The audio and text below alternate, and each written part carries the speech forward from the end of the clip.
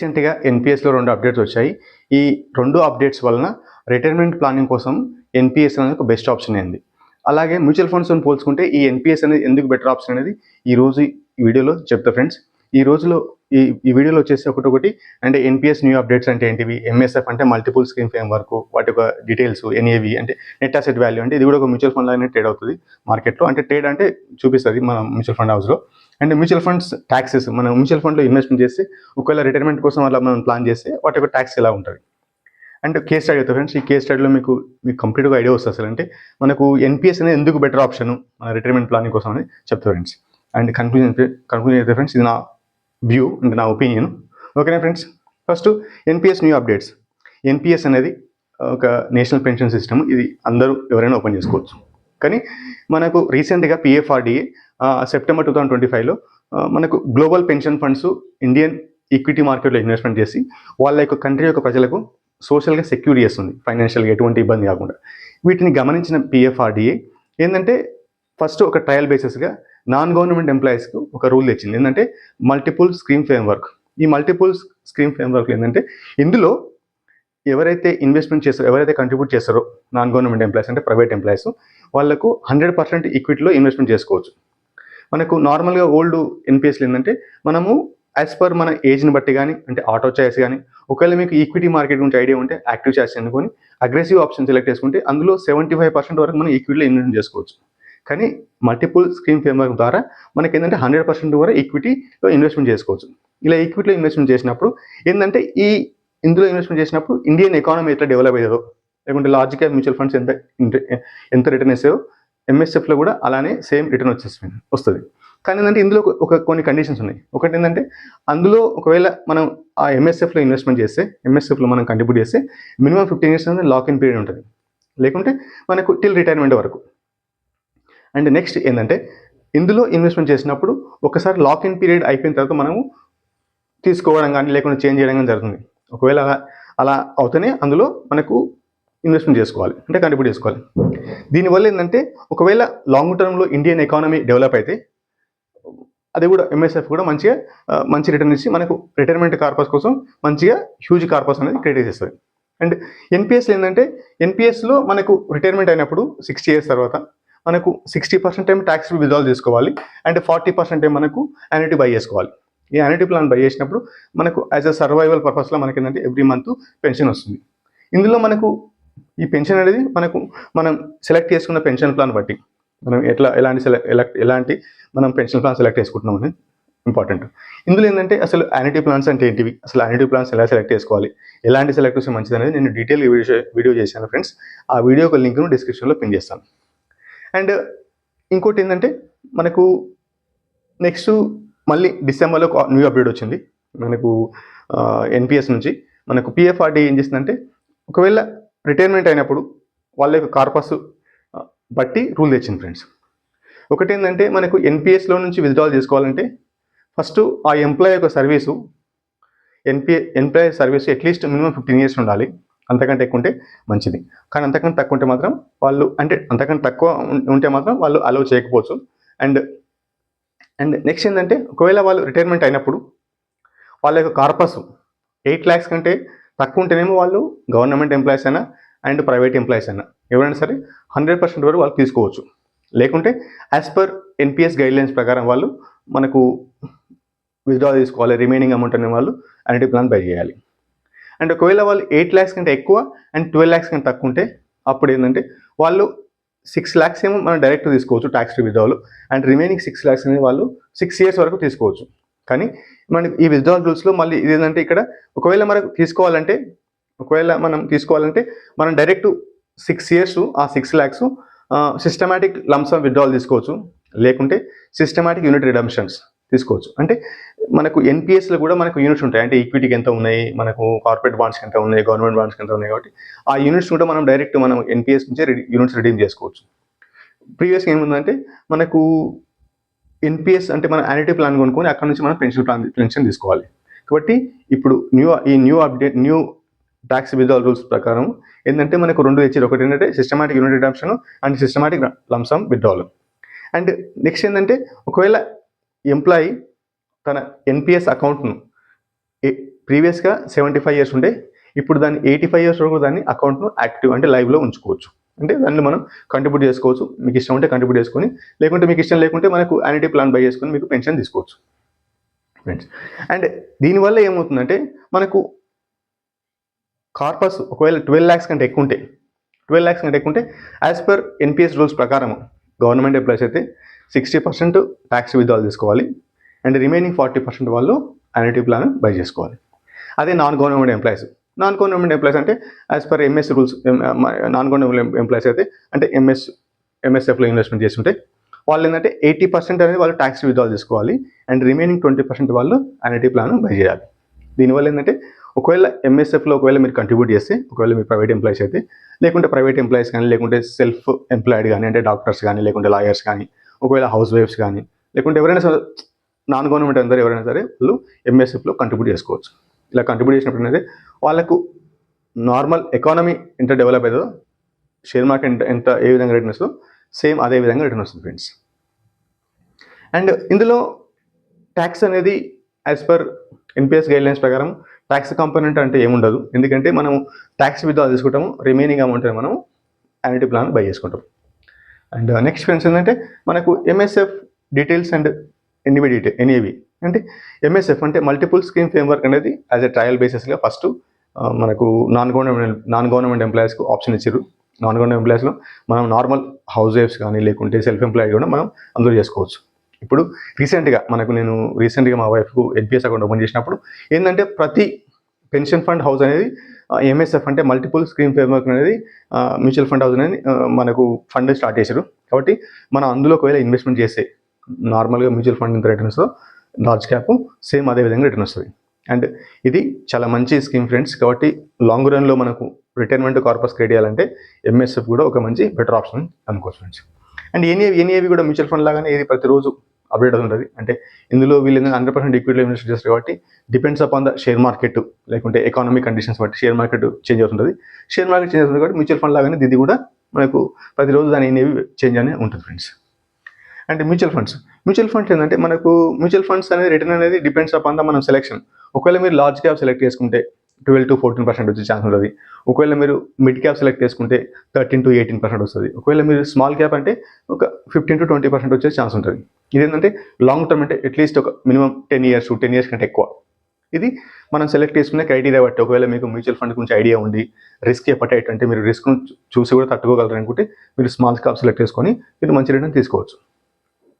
And ఇందులో మనకు mutual ఫండ్స్లో మనం రిటర్న్ జనరేట్ చేసినప్పుడు మనకు ఎప్పుడైతే మనం ప్రాఫిట్ బుక్ చేసినప్పుడు లాంగ్ టర్మ్లో క్యాపిటల్ గెయిన్ ట్యాక్స్ అంటే మనకు వచ్చిన ప్రాఫిట్ 1 year తర్వాత మనం బుక్ చేస్తే దానికి 1.25 lakh ప్రాఫిట్లో నుంచి తీసేసి అండ్ రిమైనింగ్ అమౌంట్కి అనేది నువ్వు 12.5% అనేది మనం ట్యాక్స్ అనేది పేమెంట్ చేయాలి. అదే షార్ట్ టర్మ్లో అయితే 20% ట్యాక్స్ అనేది పేమెంట్ చేయాలి. కానీ ఏంటంటే రీసెంట్గా మనకు 2024లో 12.5% అయ్యింది. కానీ అంతకంటే ముందు 2018 కంటే ముందు అసలు long term capital gain tax లేదు. అంటే ఇప్పుడు 0 long term capital gain tax ఉండే. కానీ 2018లో 10% అనేది తెచ్చింది యాజ్ ఏ మనకు స్టార్టింగ్ లెవెల్లో. అండ్ 2018 తర్వాత 2024లో మళ్ళీ ట్యాక్స్ అనేది రివైజ్ చేశారు. అంటే 25% అనేది పెంచారు. కాబట్టి ఒకవేళ గవర్నమెంట్ అనుకుంటే ఎవ్రీ 6 years ఒక 25% పెంచితే మాత్రం లాంగ్ రన్లో ఒకవేళ మనకు long term capital gain tax పెరిగే అవకాశం ఉంది. కాబట్టి ఇలా పెరిగే అవకాశం ఉన్నప్పుడు మనకి ఎటువంటి ప్రాబ్లం కాకుండా సోషల్ సెక్యూర్ స్కీమ్లో ఇన్వెస్ట్మెంట్ చేస్తే అంటే ఎన్పిఎస్లో ఇన్వెస్ట్మెంట్ చేస్తే మనకు ఫ్యూచర్లో ఎటువంటి ఇబ్బంది కాకుండా మనకు ఎక్కువ లాంగ్ టర్మ్లో మనకు రిటైర్మెంట్ కార్పస్ క్రియేట్ చేసుకోవచ్చు. కాబట్టి లాంగ్ టర్మ్లో ఎంఎస్ఎఫ్ అంటే మల్టిపుల్ స్కీమ్ ఫ్రేమ్వర్క్లో ఇన్వెస్ట్మెంట్ చేస్తే మనకి ఎక్కువ కార్పస్ జమ కావచ్చు అని చెప్తా ఫ్రెండ్స్. ఇంకోటి ఏంటంటే ఇందులో నేను కేస్ స్టడీ చెప్తాను. ఈ కేస్ స్టడీలో చూస్తే మాత్రం మీకు కంప్లీట్గా అంటే మనకు నెట్ రిటర్న్ ఎంత రావచ్చు. ఎందుకంటే షేర్ మార్కెట్లో కానీ మనకు ఎన్పిఎస్లో కానీ యాజ్ పర్ ఎకనామిక్ కండిషన్లో రిటర్న్ వస్తుంది. కాబట్టి ఏంటంటే షేర్ మార్కెట్లో ఏంటంటే మనకి మ్యూచువల్ ఫండ్స్ ఏంటంటే మనకు ట్యాక్స్ కాంపోనెంట్ ఉంటుంది. ఆ ట్యాక్స్ కాంపోనెంట్ ఉండడం వల్ల మన చేతికి వచ్చే అమౌంట్ తక్కువ ఉంటుంది. ఓకేనా ఫ్రెండ్స్? కవరకు మీ వీడియో వచ్చినట్టయితే అండ్ లైక్ చేయండి ఫ్రెండ్స్. నేను చెప్పే కాన్సెప్ట్ మీకు మంచిగా అనిపిస్తే మాత్రం కమెంట్ చేయండి. అండ్ ఇలా ఈ కాన్సెప్ట్ చాలా మంచిగా ఉంది, ఇది తెలుసుకుంటే మంచిది అనుకుంటే ఎవరైనా మీ ఫ్రెండ్స్ ఎన్పిఎస్లో కానీ లేకుంటే మ్యూచువల్ ఫండ్లో ఇన్వెస్ట్మెంట్ చేస్తే వాళ్ళకి షేర్ చేయండి ఫ్రెండ్స్. నెక్స్ట్ మనం ఇప్పుడు ఏంటంటే మనకు case study friends. Case study ఏంటంటే మనము ఎంఎస్ఎఫ్ అంటే మల్టిపుల్ స్కీమ్ ఫ్రేమ్వర్క్ మనకు లాస్ట్ ఇయర్ అక్టోబర్లో స్టార్ట్ అయింది. ఏంటంటే ఇప్పుడు అన్ని ఫండ్ హౌసెస్ ఈ ఎన్పిఎస్లో లాంచ్ చేసినాయి. కాబట్టి ఏంటంటే మనం ఇందులో ఇన్వెస్ట్మెంట్ చేస్తే మనం డైరెక్ట్గా మనం ఈక్విటీ మార్కెట్లో ఇన్వెస్ట్ చేసినట్టే మీనింగ్ అన్నట్టు. And at the same time mutual funds కంటే ఎన్పిఎస్లో ఎంఎస్ఎఫ్లో ఎక్స్పెన్స్ రేషియో తక్కువ ఉంటుంది. ఎందుకంటే మ్యూచువల్ ఫండ్లు ఏంటంటే 0.5, 0.6 అంటే 0.6 రూపీస్ పర్ ఇయర్ అలా ఉంటుంది. అదే ఇందులో అయితే మాత్రం 0.01, 0.03 అలా పర్సెంటేజ్ ఉంటుంది. కాబట్టి మ్యూచువల్ ఫండ్స్ పోల్చుకుంటే ఎన్పిఎస్లో ఎక్స్పెన్స్ రేషియో చాలా తక్కువ ఉంటుంది. కాబట్టి ఎక్కువ వాళ్ళకు అమౌంట్ అనేది ఇన్వెస్టబుల్ అమౌంట్ అనేది ఎక్కువ ఉంటుంది. అంటే ఎక్కువ ఈక్విటీ మార్కెట్లో ఇన్వెస్ట్ చేస్తారు. అండ్ ఇప్పుడు ఏంటంటే మనకు ఎంఎస్ఎఫ్లో 100% ఈక్విటీలో ఇన్వెస్ట్మెంట్ చేస్తారు. కాబట్టి నార్మల్గా అంటే మ్యూచువల్ ఫండ్స్ అండ్ మనకు ఎంఎస్ఎఫ్ అనేది 12% రిటర్న్ ఇస్తారని నేను ఎక్స్పెక్ట్ చేసుకున్నాను ఫ్రెండ్స్. ఈ నా అజంప్షన్స్. ఈ అజంప్షన్స్ ప్రకారము అంటే మ్యూచువల్ ఫండ్స్లో ఎంత వస్తుంది రిటర్న్, అండ్ మ్యూచువల్ ఫండ్లో ఎంత కార్పస్ వస్తుంది, అండ్ ఎన్పిఎస్లో ఎంత కార్పస్ వస్తుంది, ఎంఎస్ఎఫ్లో ఇన్వెస్ట్ చేస్తే రెండిట్లలో ఆల్మోస్ట్ లైక్ సేమ్ కార్పసే వస్తుంది. కానీ ఏంటంటే మనకు ట్యాక్స్ కాంపోనెంట్ ఎక్కువ ఉంటుంది. కాబట్టి మ్యూచువల్ ఫండ్స్లో వాటి యొక్క మనకు అవైలబుల్ అమౌంట్ అనేది ఫైనల్ నెట్ అమౌంట్ తక్కువ ఉంటుంది ఫ్రెండ్స్. ఫ్రెండ్స్ ఇప్పుడు ఒకవేళ న్యూ ఎంప్లాయీ జాయిన్ అయ్యింది, అతను 30 years, అతనికి ఒకవేళ అతను 30 years ఉన్నప్పుడు ఎన్పిఎస్లో ఎంఎస్ఎఫ్లో కంట్రిబ్యూట్ చేస్తే అతనికి 30 years అనేది అతను కంట్రిబ్యూట్ చేస్తాడు 6 years వరకు. కాబట్టి అతను 6 years తర్వాత అతని కార్పస్ ఎంత ఉంటుందంటే అతను పెట్టిన అమౌంట్ మాత్రం 18 lakhs అంటే 5,000 rupees per month. And total return వచ్చేసి 1.58 crore వస్తుంది అతనికి. కాబట్టి టోటల్ కార్పస్ అంటే 1.76 crore. ఈ 1.76 crore as per MSF rules ప్రకారం మనకు 80% అనేది ట్యాక్స్ విత్డ్రాల్ చేసుకోవచ్చు. అంటే 1.76 into 0.8 ఈజ్ ఈక్వల్ టు ఏంటంటే 1.41 crore. 1.41 crore అనేది ఇది డైరెక్ట్ తీసుకుని ట్యాక్స్ లేదన్నట్టు. అండ్ రిమైనింగ్ 20% అనేది యాన్యుటీ. మనం యాన్యుటీ ప్లాన్ బై చేసుకోవాలి. ఒకవేళ వాళ్ళు యాన్యుటీ ప్లాన్ బై చేసుకుంటే యావరేజ్గా మనకు యాన్యుటీ రేట్స్ ఎంత ఉంటాయంటే యాన్యుటీ రేట్స్ కూడా డిపెండ్స్ అపాన్ ద ఎకానమీ. ఒకవేళ ఇన్ఫ్లేషన్ ఎంత ఉంటే ఇన్ఫ్లేషన్కి ఈక్వలెంట్గా ఉంచే అవకాశం అనేది ఉంటుంది. కాబట్టి నేను ఏమనుకుంటే 6% ఉంటుంది యాన్యుటీ రేట్స్ అనుకుంటే మనకు ఈ 35 lakhs మనకు యాన్యుటీ ప్లాన్ బై చేసుకుంటే 6% యాన్యుటీ రేట్ అనుకుంటే మనకు పర్ మంత్ 17,600 rupees అనేది మనకు పర్ మంత్ అనేది పెన్షన్ లాగా వస్తుంది. అంటే రిమైనింగ్ అమౌంట్ రిమైనింగ్ అమౌంట్ ఎంత ఉంది 1.41 crore. ఈ 1.41 crore ఒకవేళ మీరు ఎస్డబ్ల్యూపీ అంటే సిస్టమాటిక్ విత్డ్రాల్ ప్లాన్ మనం ఇందులో ఇండెక్స్ ఫండ్లో కానీ లేకుంటే ఏదైనా స్మాల్ మిడ్ క్యాప్లో కానీ ఇన్వెస్ట్మెంట్ చేస్తే మనకి యావరేజ్గా ఒకవేళ మనకు ఏంటంటే మ్యూచువల్ ఫండ్ రిటర్న్ కూడా డిపెండ్స్ అపాన్ ద ఎకానమీ. ఒకవేళ మనకు ఇప్పుడు మనది ఎమర్జింగ్ కంట్రీ, ఒకవేళ మనకి ఇంకా 30 years తర్వాత సపోజ్ మన కంట్రీ డెవలప్ అయింది అనుకో, అప్పుడు షేర్ మార్కెట్ రిటర్న్ కూడా వచ్చే అవకాశం చాలా తక్కువ ఉంటుంది. ఎందుకంటే ఇప్పుడు 12% వస్తే అప్పుడు 10% లేకుంటే 8% వచ్చే అవకాశం ఉంటుంది. కాబట్టి నేను యావరేజ్ ఎంత అనుకుంటే 10% రావచ్చు ఎక్స్పెక్టెడ్ రిటర్న్ అనుకున్నా. అలా 10% వచ్చినప్పుడు ఏమవుతుందంటే మనకు ఈ 1.41 crore మనం ప్లాన్ కొంటే ఎస్డబ్ల్యూ ప్లాన్ కొంటే మనకు 20 years వరకు ప్రతి మంత్ 1 lakh వస్తుంది. అండ్ ఆఫ్టర్ 20 years తర్వాత మనకు కార్పస్ వచ్చేసి 2.67 crores అవుతుంది. అంటే మనం పెట్టింది 1.41, మనకు ఎవ్రీ మంత్ 1 lakh వస్తుంది. మన లాస్ట్కు 20 years తర్వాత కూడా 2.67 crores అనేది మనకు క్యాపిటల్ ఉంటుంది ఫ్రెండ్స్. ఇది ఏంటంటే ఇక్కడ మనకు ఎటువంటి ట్యాక్స్ కాంపోనెంట్ లేదు. అంటే సపోజ్ అలా అంటే సేమ్ పర్సన్ ఒకవేళ మ్యూచువల్ ఫండ్లో ఇన్వెస్ట్మెంట్ చేసి ప్లాన్ చేసిన అనుకో, అప్పుడు అతను కూడా సేమ్ అంటే 5,000 rupees per month after 30 years 1.76 crore అనేది దానికి క్యాపిటల్ జమ అవుతుంది. క్యాపిటల్ మనకు మొత్తం ఉంటుంది. ఆ క్యాపిటల్ ఏంటంటే మనకు ఎక్స్పెక్టెడ్ ట్యాక్స్ రేటు 2018 కంటే ముందు ట్యాక్స్ లేదు, long term capital gain tax. కాబట్టి 2018 తర్వాత క్యాపిటల్ గెయిన్ ట్యాక్స్ 10% వచ్చింది. 2024లో దాన్ని 12.5% చేశారు. ఒకవేళ ఎవ్రీ 6 yearsకు 25% అనే వాళ్ళు ఒకవేళ ట్యాక్స్ని ఇంక్రీజ్ చేసుకుంటూ పోతే ఆఫ్టర్ 30 years తర్వాత ఎంత ఉంటుంది ఫ్రెండ్స్ అంటే 12.5 into 1.025 25% పవర్ 30 డివైడ్ బై 6 అంటే 6 yearsకి పెంచుతుంది. కాబట్టి మనకి అప్పుడు ఎంత వస్తుందంటే 38% వస్తుంది మనకు long term capital gain tax. ఇది చాలా హ్యూజ్ అమౌంట్, ఇది చాలా హ్యూజ్ క్యాపిటల్ గెయిన్. అంటే 38% అంటే it is like A personal income tax అన్నట్టు. ట్యాక్స్ అమౌంట్ వచ్చేసి అంటే ఇందులో 1.58 crore ట్యాక్స్ అమౌంట్ ఎంత వస్తుంది అంటే 58 lakhs అనేది మనకు ఆ ట్యాక్స్ అమౌంటే ఉంటుంది. కాబట్టి అతనికి నెట్ క్యాపిటల్ ఎంత ఉంటుంది అంటే ఎగ్జామ్టబుల్ అమౌంట్ ఇప్పుడు 1.25 crore ఉంది, లాంగ్ టర్మ్ 1.25 lakh ఉంది.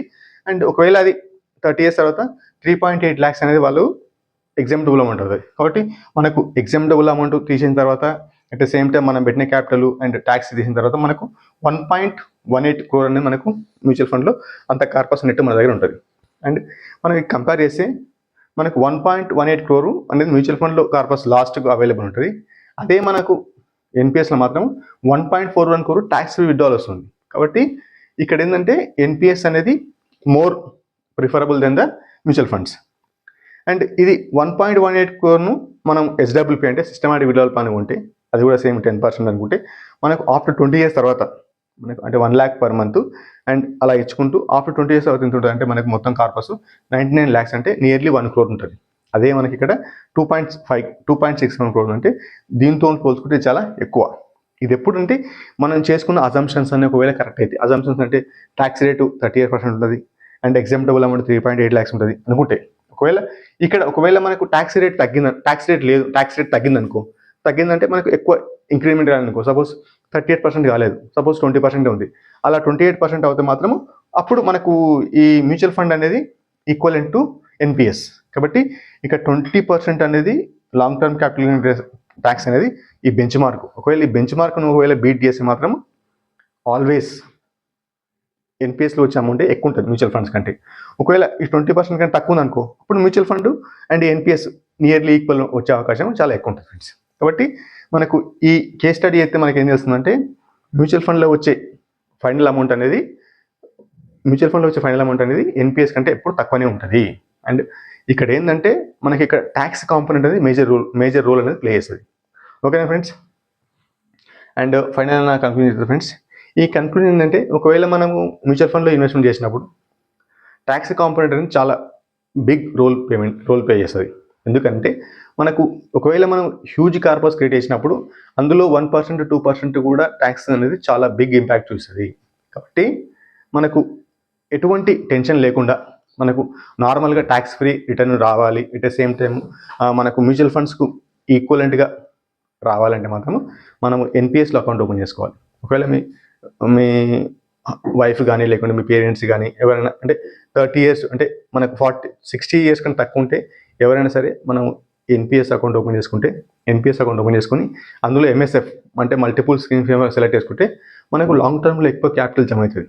కాబట్టి రిటైర్మెంట్ ప్లానింగ్ కోసము ఎన్పిఎస్ అనేది ఒక అట్రాక్టివ్ ఆప్షన్గా మారుతుంది. ఇదేంటంటే ఎన్పిఎస్ గురించి మన గవర్నమెంట్ కానీ లేకుంటే గవర్నమెంట్ కానీ మరియు పిఎఫ్ఆర్డి అంటే pension fund regulatory and development authority ఆలోచించి ఏంటంటే ఇది గ్లోబల్ పెన్షన్ ఫండ్స్తో అబ్జర్వ్ చేసుకుంటూ కాబట్టి మంచి అప్డేట్లు ఎన్పిఎస్లో తెస్తున్నారు. కాబట్టి ఎన్పిఎస్ అనేది అప్డేట్ అవుతుంది అండ్ మ్యూచువల్ ఫండ్స్ అనేది నెట్ రిటర్న్లో అంత ఎక్కువ రాణించలేకపోతున్నాయి మనకు మ్యూచువల్ ఫండ్ మనకు ఎన్పిఎస్తో ఈక్వలెంట్గా. కాబట్టి నేను ఆల్మోస్ట్ లైక్ 2012 నుంచి నేను ఎన్పిఎస్లో కంట్రిబ్యూట్ చేస్తున్నా.